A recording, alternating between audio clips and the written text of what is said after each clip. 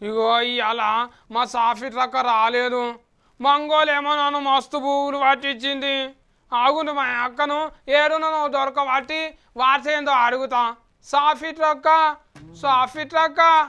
పలుకుతలేదు. సాఫీ ట్రక్క, ఓ సాఫీ ట్రక్క. ఎవరు నన్ను పిలిచేది? సాఫీ ట్రక్క మళ్ళా మస్తు పువ్వులు పట్టింది. చెప్పాక ఫస్ట్ ఎక్కడ దిక్కున్నాను? పడమటి దిక్కున్నా, నువ్వు తూర్పు దిక్కు తిరిగి దండం పెట్టుకో. ఎందుకు సాఫీ ట్రక్క గట్లా అంటున్నావు? నువ్వు ఇలా కూర్చున్నప్పుడు నేనేమన్నా అంటున్నానా? నేను నీ కూర్చు మీద కూర్చున్నా అందుకో గట్లా అంటున్నావు. ఏ ఊకుండు తమ్ముడా, నిన్నెందుకు కోపం చేస్తా? నా తమ్ముడు వార్తలు చదివితే నాకే మంచిది కదా, మంచిగా ఒక రోజు రెస్ట్ దొరుకుతుంది. మళ్ళీ అలా నేను క్వశ్చన్లు లేకుండా ఆన్సర్లు అడుగుతా. నా లేక నేను తప్పులు పోకుండా చెప్పాలి. ఏంటిది వార్తలకు వచ్చానులా? అడుగు చెప్తా. మన ఆటలు చదివే యశోదక్క ఫోటోలు ఏమేం పేపర్లో వచ్చినాయి? అసలు నువ్వేం అడుగుతున్నావు సత్తి?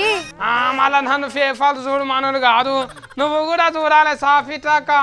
సరే సరే సరే, ఇప్పుడు ఇంకోటి అడిగేదన్నా ఖచ్చితంగా చెప్తా చూడు. మళ్ళా మోడీ సారు బయట దేశంలో ఉందా ఇండియా భారతదేశంలో ఉందా? మోడీ సారా? ఆగాగు సెల్లులో చూసి.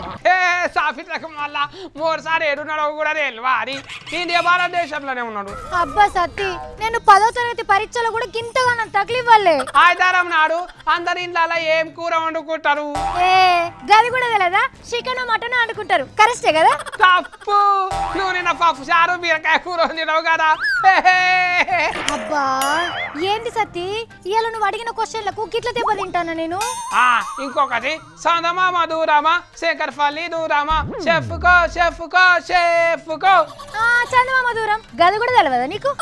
బిత్తిరి సావిత్రక్క, శంకర్పల్లి దూరము. ఇల్లు మీదకి ఎక్కితే చందమామ కనిపిస్తుంది, శంకర్పల్లి కనిపిస్తుందా?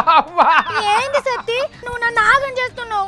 మళ్ళీ నాలుక బయట తిరిగితే నువ్వు గట్టిగా తయారవుతావా అంత అని నిన్ను టెస్ట్ చేస్తున్నావు సాఫిట్రక్క.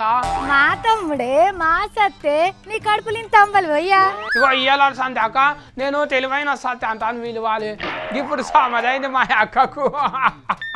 అక్క ఉంది మంచిగా ఉండు, ఏడున్నావు అంటాను అడిగేటందుకు పిలిచిన అక్క. సారీ ఏమనుకో.